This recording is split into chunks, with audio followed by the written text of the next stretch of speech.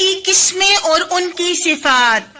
فرشتوں کی چند قسمیں ہیں جن کا ذکر قرآن پاک میں ہوا۔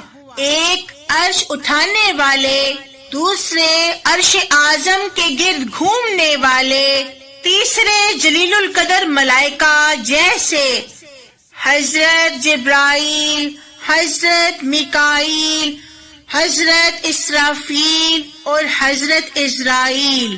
چوتھے جنت کے فرشتے، پانچویں جہنم کے فرشتے جن کے سردار کا نام مالک ہے، چھٹے وہ فرشتے جو انسانوں کی حفاظت کے لیے مقرر کیے گئے ہیں، ساتویں اعمال نامہ رکھنے والے فرشتے جنہیں کرامن کاتبین کہتے ہیں، آٹھویں وہ فرشتے جن کے سپرد دنیا کے انتظامات ہیں۔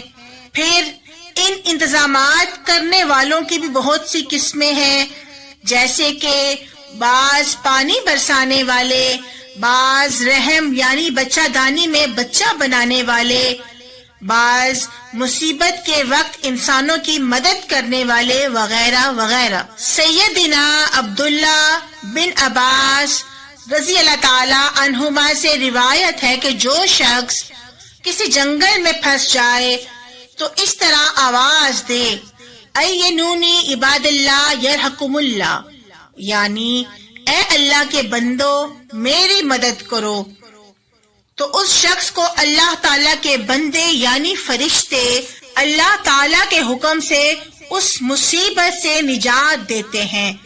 اسی طرح حسن حسین میں بھی ہے۔ اس سے معلوم ہوا کہ مصیبت کے وقت اللہ تعالیٰ کے بندوں کو پکارنا صحابہ اکرام کی سنت ہے۔ فرشتے اللہ تعالیٰ اور اس کے رسولوں کے درمیان واسطہ ہیں، وہ ہمیشہ عبادت گزار اور رب کے حضور سجدہ کرنے والے ہیں۔